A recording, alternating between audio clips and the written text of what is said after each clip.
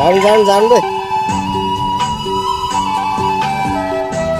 जानु भइसक्यो। अब दाजुले यहाँ झारिरहेछ फ्युज एकदम गाह्रो भइरहेछ। हिजो रातिबाट लाइन नआएर बत्ती नआएर जात्रा भयो। साथीहरू मिस्त्री बल्ल बल्ल लिएर आएका हाम्रो एकलौता मिस्त्री है जमानाको एकलौता मिस्त्री अर्को कोही छैन। उहाँले झन् फुर्सद नपाएर जात्रा के गर्नु। हाम्रो कम बिजो भएछ त यो लाइन नआएर जात्रा भएछ भने।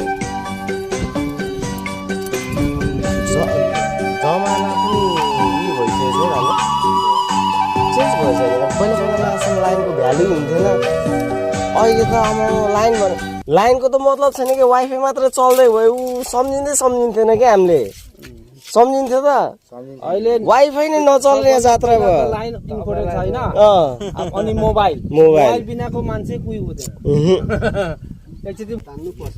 अरे हामीले तान्नु पर्ने हो ल तानिदिउँ ल बरु अरू केटाहरू पुगेन भने म अझै बोलाइदिन्छु। यहाँ अब हामी के सहयोग गर्नुपर्ने हो भने 100 गरिदिन्छौँ हामी। ऊ अर्को 2 जना आइसक्यो यहाँ। सिट डाउन यहाँ चाहियो नि त पावर चाहिएन यहाँ तान्नुको लागि। ले यहाँ तार चुटेको देख्दैन भाइ हिजो आगो बलेर।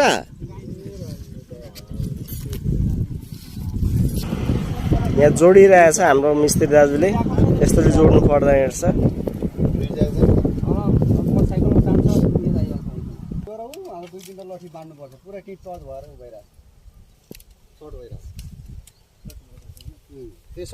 त्यो एकदम सबै हेर्नुपर्छ है दाइ।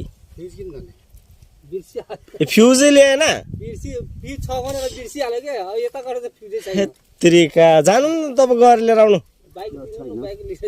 त्यही लगेछ नि तब पेट्रोलको भाउ यत्रो महँगो भएछ तपाईँलाई थाहै छैन रहेछ भने।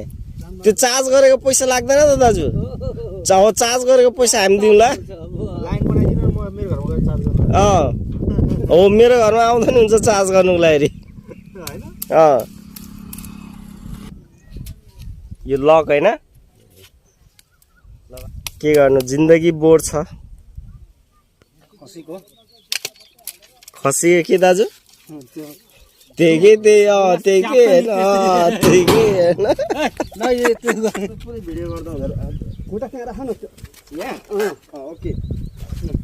अब